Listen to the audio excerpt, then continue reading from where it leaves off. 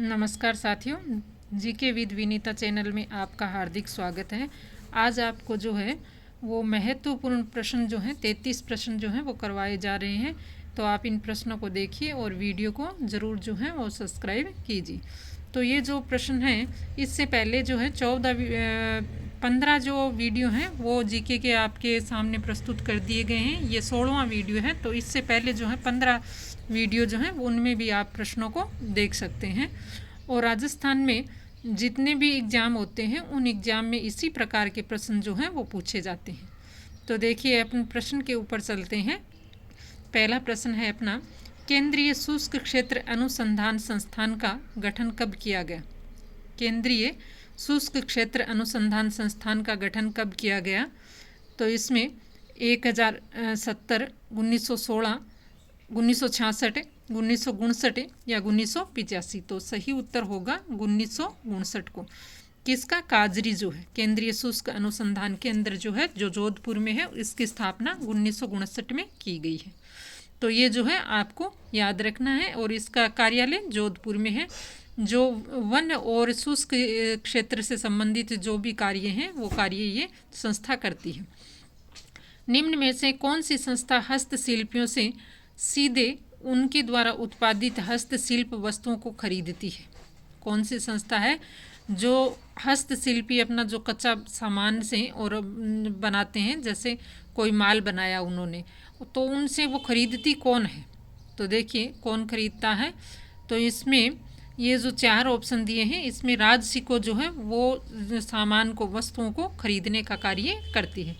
उद्योग में ये राजसिको जो है ये कार्य करता है और ये हस्तशिल्प वस्तुओं को खरीदती है।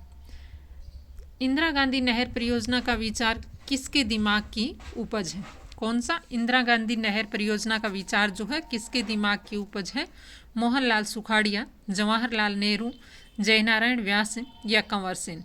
तो देखिए मोहनलाल सुखाड़िया जो है वो है आधुनिक राजस्थान के निर्माता और इंदिरा गांधी जो है ये कंवर सेन जो है इनके दिमाग की उपज है।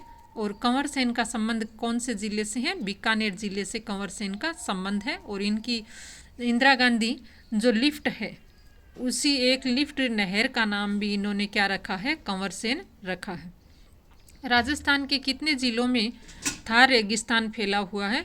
तो देखिए ये प्रश्न जो है 33 ज़िलों के अकॉर्डिंग जो है वो आपको बताया जा रहा है। अभी जो 41 ज़िले बन गए हैं तो 41 ज़िलों के अनुसार अभी नहीं है। इसमें जो है थार के रेगिस्तान के ज़िले हैं उनकी संख्या जो है वो बढ़ेगी। तो ये जो 33 ज़िले हैं उनके अनुसार है। तो देखिए राजस्थान के कितने ज़िलों में थार रेगिस्तान फैला हुआ है? 5, 6, 7 या 12? तो 12 जो ज़िले हैं वो थार के रेगिस्तान में आते हैं। 12 ज़िले ये याद रखें, 12 ज़िले थार रेगिस्तान के अंतर्गत हैं। राजस्थान राज्य खनिज विकास निगम लिमिटेड का विलय राजस्थान राज्य खान एवं खनिज लिमिटेड में कब किया गया? किसका? राजस्थान राज्य खनिज विकास निगम लिमिटेड जो है उसका विलय राजस्थान राज्य खान एवं खनिज लिमिटेड में तो 19 फरवरी 2003 को इसमें विलय किया गया। राजस्थान में चल रहे सर्व शिक्षा अभियान के अंतर्गत सक्षम योजना क्या है? सक्षम योजना के बारे में पूछा गया है कि सक्षम योजना क्या है। तो देखिए ये जो योजना है ये बालिकाओं को आत्मरक्षा के लिए प्रशिक्षण देती है। ऑप्शन बी, बालिकाओं को आत्मरक्षा जो है उसके बारे में प्रशिक्षण जो है वो प्रदान करती है सक्षम योजना। राजस्थान रिफाइनरी में राजस्थान सरकार और हिंदुस्तान पेट्रोलियम निगम लिमिटेड की हिस्सेदारी कितनी है? क्या पूछा है? राजस्थान रिफाइनरी में राजस्थान सरकार और हिंदुस्तान पेट्रोलियम निगम जो है उसकी हिस्सेदारी कितनी है? ये प्रश्न उसी प्रकार का है जैसे नदी परियोजनाएं जो बनी हुई होती हैं उन परियोजनाओं में जैसे पूछते हैं भारत और राजस्थान और केंद्र का हिस्सा पूछते हैं, उसी प्रकार से है। तो ये जो इनका हिस्सा है वो 26 और 74% है। राजस्थान सरकार जो है उसका तो कितना है? 26% है। और HPCL जो है हिंदुस्तान पेट्रोलियम निगम जो है उसका है 74%। निम्न में से अगला देखिए, निम्न में से कौन सा राजस्थान का पहला सुपर तापीय पावर प्लांट है? सुपर तापीय पावर प्लांट बताना है राजस्थान का पहला, तो ये कौन सा है? सूरतगढ़ सुपर तापीय पावर प्लांट जो है ये राजस्थान का पहला सुपर तापीय पावर प्लांट है। देखिए कौन सा है? सूरतगढ़ सुपर तापीय पावर प्लांट जो है ये राजस्थान का पहला सुपर तापीय पावर प्लांट है। ये राजस्थान में पहला जो ऑप्शन है ये 9 नंबर का सही उत्तर होगा। राजस्थान में देश का प्रतिशत फेल्सपर भंडार है, यानी कितने प्रतिशत जो है राजस्थान के अंतर्गत जो है वो फेल्सपर का है? 100%, 33% या 66%। तो देखिए राजस्थान जो है वो देश में फेल्सपर का इसमें से ऑप्शन कोई भी नहीं है। 96% जो है फेल्सपर जो है वो राजस्थान में है।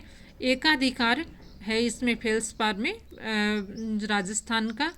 100% नहीं है, लेकिन 96% जो है वो भी बहुत होता है। तो राजस्थान में फेल्सपार की ये 96% भंडार है। निम्नलिखित में राजस्थान की कौन सी विद्युत परियोजना राज्य के स्वयं की स्वामित्व वाली परियोजना है? यानी स्वयं का स्वामित्व है इसमें। ये कौन सी परियोजना है? चंबल परियोजना, व्यास परियोजना, माही परियोजना या सतपुड़ा परियोजना? कौन सी?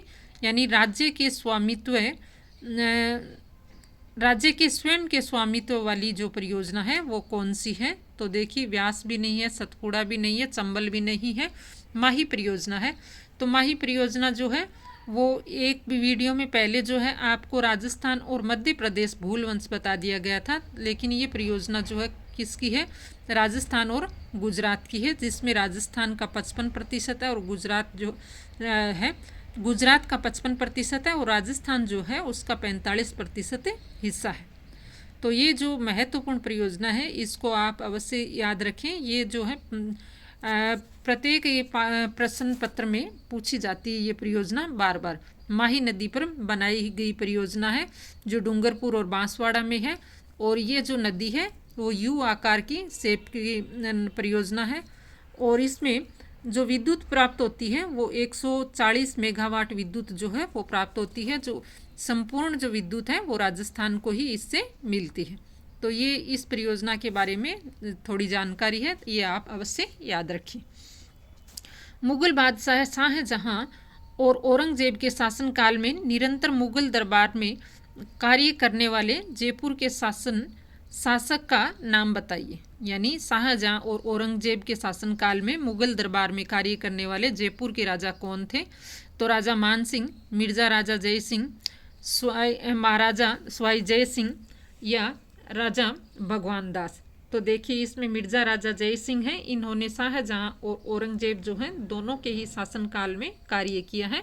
किसने? मिर्जा राजा जय सिंह ने। तो ये जो है मुगल दरबार में रहे थे, इनका वहाँ पर बहुत ही महत्वपूर्ण पद था मिर्जा राजा जय सिंह का। कोटा राज्य का संस्थापक शासक कौन था? माधो सिंह है, मुकुंद सिंह है, किशोर सिंह है या राम सिंह है? तो देखिए कोटा राज्य का संस्थापक है माधो सिंह है, और राम सिंह जो है वो कौन है? वो 1857 की क्रांति के दौरान और कोटा का शासक था राम सिंह, और संस्थापक कौन है? माधो सिंह जो है वो संस्थापक है, और 1857 की क्रांति के समय शासक है राम सिंह। तो ये दोनों जो हैं अलग अलग प्रश्न हैं, दोनों ही प्रश्नों को ध्यान में रखिए। इसके बाद में किस हिंदू महीने यानी विक्रम संवत में तेजादशमी मनाई जाती है? यानी तेजादशमी जो है वो कौन से महीने में मनाई जाती है? हिंदू जो महीने हैं उन हिंदू महीनों के अनुसार बताना है। तो देखिए आसोज, श्रावण, भाद्रपद या कार्तिक। तो देखिए कार्तिक में कौन सा मेला लगता है? पुष्कर का मेला लगता है। श्रावण में क्या? तीज आती है। श्रावण जो महीना है, श्रावण के महीने में तीज का त्यौहार जो है वो मनाया जाता है। और तेजादशमी जो है वो भाद्रपद महीने में। कब? भाद्रपद महीना जो है उसको मनाई जाती है। शुक्ल पक्ष की जो दशमी है, शुक्ल पक्ष की दशमी को तेजादशमी जो है वो मनाई जाती है हिंदू महीने के अनुसार। चंपाकली आभूषण शरीर के किस अंग पर पहना जाता है? कौन सा चंपाकली आभूषण जो है वो शरीर के किस अंग पर पहना जाता है? गर्दन, सिर, माथा या कान? तो देखिए चंपाकली, इससे अपने को याद रखना है चंपाकली आभूषण जो है, इसकी एक ट्रिक तो थी पर अभी दिमाग में नहीं आ रही है। चंपाकली आभूषण जो है वो कहाँ पहना जाता है? गर्दन में पहना जाता है, याद रखिए। गर्दन जो है उसका आभूषण है चंपाकली। और एक जो आभूषण है उसका और भी नाम आता है। एक तो आता है आभूषण का नाम चूंप और एक आता है चौंप। दो आभूषण है। कौन से? एक चूंप आभूषण है और एक चौंप है। तो देखिए ये चूंप आभूषण है, ये कहाँ पहना जाता है? ये दांत में पहना जाता है चूंप। और चौंप जो आभूषण है वो नाक का आभूषण है, ये भी ध्यान रहे। दक्षिणी राजपूताना के छोटे राज्यों को एकीकृत करने के लिए किसने हाड़ौती संघ बनाने का प्रस्ताव दिया था? क्या है प्रश्न? दक्षिणी राजपूताना के छोटे राज्यों को एकीकृत करने के लिए किसने हाड़ौती संघ बनाने का प्रस्ताव दिया था? एन.वी. गाडगिल, महाराव भीम सिंह कोटा, महाराव बहादुर सिंह बूंदी या गोकुल लाल आसावा। तो देखिए हाड़ौती संघ बनाने का जो बात कही थी वो बात कही थी महाराव भीम सिंह जो कोटा के थे। उन्होंने कहा था कि हम जो है अलग राज्य की स्थापना कर लेते हैं। एकीकरण से पूर्व इन्होंने प्रयास भी किया था। किसने? महाराव भीम सिंह ने, कि अलग से राज्य जो है उसकी स्थापना करते हैं। जो है हाड़ौती संघ बना करके कोटा, बारां, बूंदी, झालावाड़ ये जो ज़िले हैं इनको मिला करके और एक हाड़ौती संघ जो है वो बनाया जाए, ये बात कही थी महाराव भीम सिंह जो कोटा के थे, उन्होंने कही थी। जयपुर का कौन सा शासक कविताओं में अपना उपनाम ब्रजनिधि लिखा करते थे? जयपुर का कौन सा शासक कविताओं में अपना उपनाम जो है ब्रजनिधि के नाम से लिखते थे? स्वाई जय सिंह, स्वाई प्रताप सिंह, स्वाई पृथ्वी सिंह या ईश्वरी सिंह। तो देखिए ब्रजनिधि उपनाम से स्वाई प्रताप सिंह जो है वो लिखा करते थे। कविताओं का इन्हें शौक था और इन्होंने कवियों को भी आश्रय दे रखा था। ये अपने नाम के आगे ब्रजनिधि स्वाई प्रताप सिंह लिखा करते थे। और इनके ही शासनकाल में, इनके ही दरबार में गंधर्व बाईसी भी थी। किसके? स्वाई प्रताप सिंह के शासनकाल में। और इन्होंने जयपुर में जो हवा महल है, वर्तमान में जो हवा महल है 5 मंजिला, उस 5 मंजिला हवा महल का निर्माण भी स्वाई प्रताप सिंह ने करवाया था। और ये कृष्ण भक्त शासक थे। तो जयपुर का जो हवा महल है उसमें जो 5 मंजिल बनी हुई है वो कृष्ण के मुकुट के आकार की बनी हुई है। तो कृष्ण के मुकुट के आकार की इन्होंने बनवाई है। कृष्ण भक्त ये राजा थे। तो स्वाई प्रताप सिंह जो हैं वो ब्रजनिधि के नाम से लिखा करते थे, ये याद रहे। इसके बाद में ईश्वरी सिंह जो हैं, ईश्वरी सिंह ने ईसरलाट का निर्माण करवाया था। और मराठों से ये परेशान होकर के इन्होंने उसी ईसरलाट से कूद करके आत्महत्या भी की थी। जयपुर में वर्धमान विद्यालय की स्थापना किसने की थी? जयपुर में वर्धमान विद्यालय की स्थापना किसने की थी? विजय सिंह पथिक, टीकाराम पालीवाल, अर्जुन लाल सेठी या हीरा लाल शास्त्री। तो देखिए विजय सिंह पथिक बिजोलिया किसान आंदोलन से संबंधित है।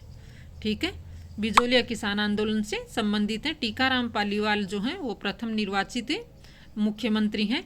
और अर्जुन लाल सेठी ये भी जयपुर से संबंधित थे और इन्होंने ही वर्धमान विद्यालय जो है उसकी स्थापना की थी। ये क्रांतिकारियों को बम बनाने और हथियार बनाने का प्रशिक्षण दिया करते थे उस विद्यालय के अंतर्गत। तो वर्धमान विद्यालय की स्थापना किसने की है? अर्जुन लाल सेठी ने। निम्नलिखित में से कौन कोटा में 1857 के विद्रोह का एक नेतृत्व करता था? तो देखिए जयदयाल, नंदकिशोर, कन्हैयालाल या कुशल सिंह।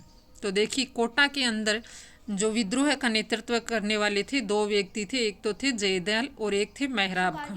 तो यहाँ पर मेहराब खां जो है वो नहीं दिया गया है, तो यहाँ पर कौन हो जाएगा? जयदयाल जो है इसका सही उत्तर हो जाएगा।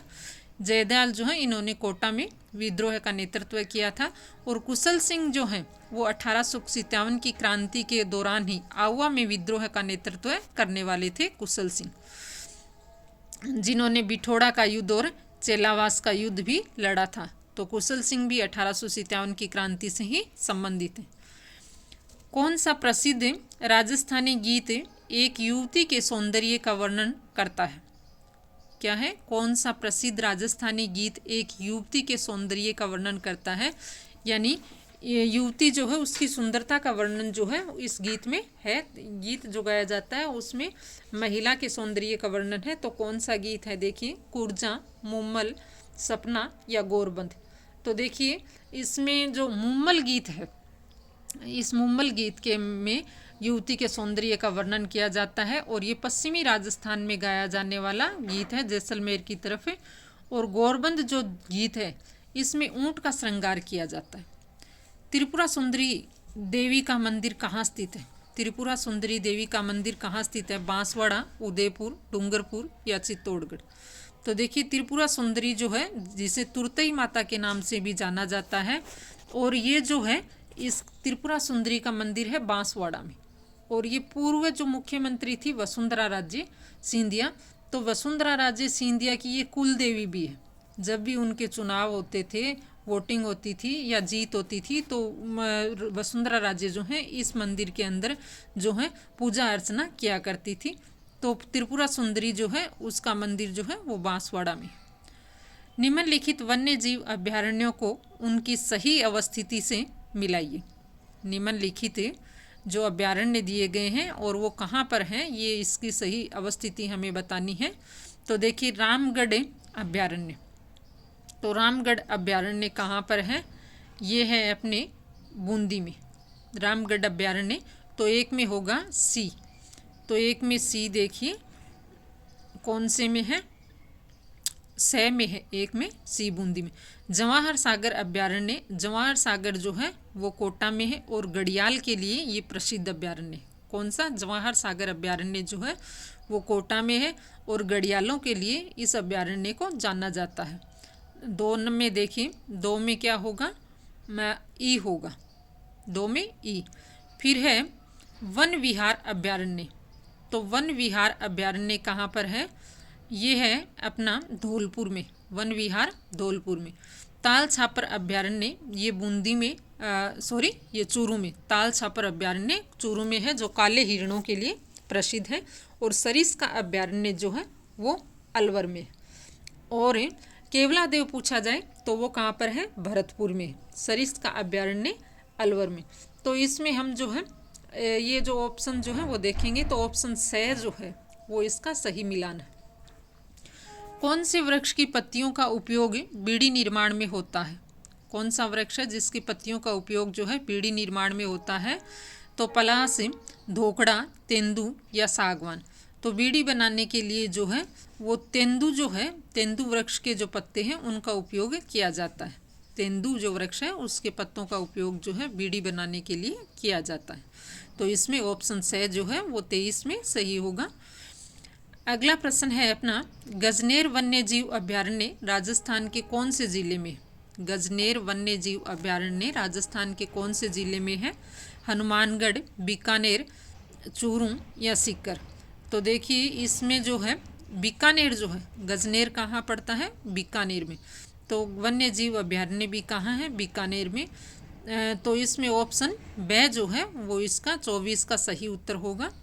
अगला 25 नंबर अपना प्रश्न है, निम्नलिखित में से राजस्थान के कौन से क्षेत्र से थार पारकर नस्ल पाई जाती है? यानी राजस्थान का कौन सा क्षेत्र है वहाँ पर थार पारकर नस्ल पाई जाती है? पश्चिमी शुष्क क्षेत्र, शेखावाटी क्षेत्र, पूर्वी क्षेत्र या दक्षिण पूर्वी क्षेत्र। तो देखिए, थार पारकर इसी नाम को पकड़ते हैं, यानी थार के पार, थार के पार की तरफ चलेंगे तो थार के पार, थार किस तरफ है?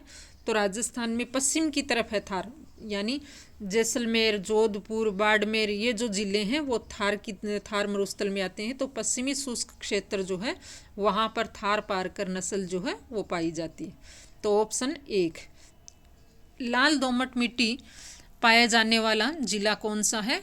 लाल दोमट मिट्टी जो है वो कौन से ज़िले में पाई जाती है? सिरोही, कोटा, डूंगरपुर या बीकानेर। तो लाल दोमट मिट्टी जो है वो कौन से में है? वो डूंगरपुर ज़िले में पाई जाती है। लाल दोमट मिट्टी डूंगरपुर में पाई जाती है। नाथरा की पाल खान किस ज़िले में अवस्थित है? नाथरा की जो पाल खान है ये जो है ये लौह अयस्क के लिए प्रसिद्ध खान है और ये कहाँ पर है, ये उदयपुर ज़िले में। नाथरा की पाल जो है, नाथरा की पाल है, थूर हुंडेर है, मोरिजा बनेला है, ये सारी की सारी खान जो हैं वो लौह अयस्क से संबंधित है। लूणी बेसिन राजस्थान के किस विस्तृत भू आकृतिक विभाग का एक भाग है? लूणी बेसिन जो है वो राजस्थान के किस विस्तृत भू आकृतिक विभाग का एक भाग है? पूर्वी मैदान, पश्चिमी मरुस्थल, अरावली प्रदेश, दक्षिणी पूर्वी पठार। तो इसमें है पश्चिमी मरुस्थल। लूणी जो है नागपाड़ से निकलती है और बाड़मेर, बालोतरा इस साइड में जाती है, तो बालोतरा जो है वो पश्चिमी राजस्थान में पड़ता है, तो इसमें पश्चिमी राजस्थान होगा। निम्नांकित में से कौन सा बालू का स्तूप मंद पवनानुमुखी ढाल व तीव्र पवनाभिमुखी ढाल वाला होता है? कौन सा बालू का स्तूप मंद पवनामुखी ढाल और तीव्र पवनाभिमुखी ढाल वाला होता है? तो इसमें बरखान है। ये मंद जो पवनाभिमुखी है और पवनानुमुखी है, कौन सा? बरखान। राजस्थान में निम्नलिखित में से कौन सा तहसील में सहरिया जनजाति का घनत्व अधिक है? कौन सी तहसील है जिसमें सहरिया जनजाति जो है तो उसका घनत्व अधिक है? तो देखिए, ये जो सहरिया है इसको हम याद रखेंगे कि शहर से बाहर रहना। तो शहर से कौन बाहर रहता है? शहर, ये 12 ज़िले में है सबसे अधिक। और 12 ज़िले की कौन सी है? एक तो साहेबाद तहसील है और एक किशनगंज है। तो इसमें साहेबाद तो दिया हुआ नहीं है यहाँ पर, तो यहाँ पर होगा किशनगंज। सहरिया जो जनजाति है वो इस तरीके से याद रखें कि वो शहर से बाहर रहती है। बाहर मानी 12 और 12 के अंदर 2 हैं, किशनगंज और साहेबाद। तो यहाँ पर साहेबाद नहीं है, तो ऑप्शन किशनगंज जो है, ऑप्शन बे जो है वो 30 में सही उत्तर हो जाएगा। तो देखिए, इस जनजाति के बारे में कई बार ये प्रश्न पूछा जाता है, सीधा 12 भी पूछ लिया जाता है।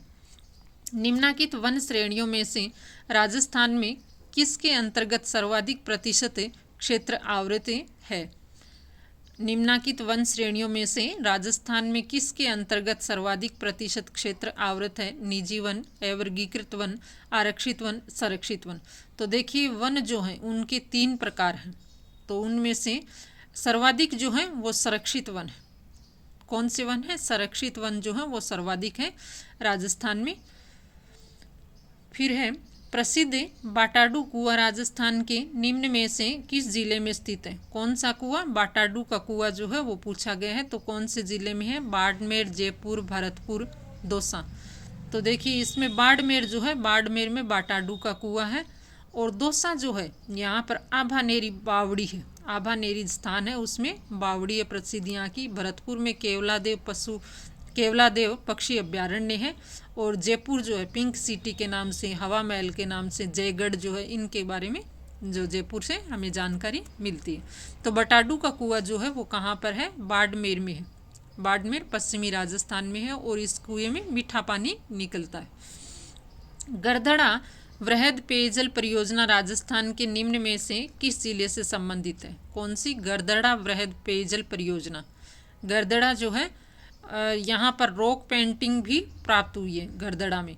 तो ये गरदड़ा स्थान कौन से ज़िले में है? बूंदी में है। तो साथियों, हमने किए हैं 33 प्रश्न आज। तो आपको ये प्रश्न कैसे लगे हैं? वीडियो देखें और इसे लाइक करें, शेयर करें और सब्सक्राइब करें। अपने मित्रों के साथ भी साझा करें। मिलते हैं एक नए वीडियो के साथ, तब तक के लिए धन्यवाद।